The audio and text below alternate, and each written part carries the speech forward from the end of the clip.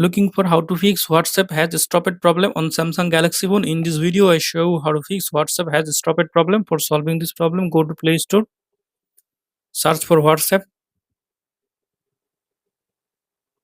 tap on WhatsApp, update WhatsApp to latest version,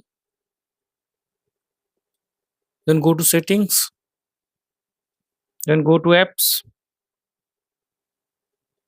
then tap on three dots, tap on reset app preference, tap on resets.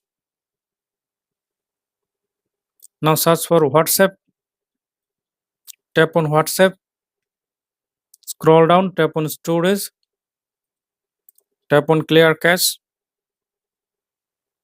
tap on force stop, tap on OK. Now tap on permission, allow all permission one by one.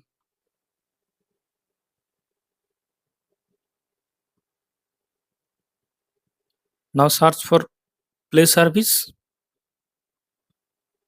tap on Google Play service, scroll down, tap on storage, tap on clear cache, tap on force stop, tap on OK.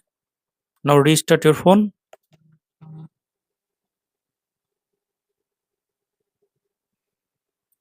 After restart your phone, now open WhatsApp.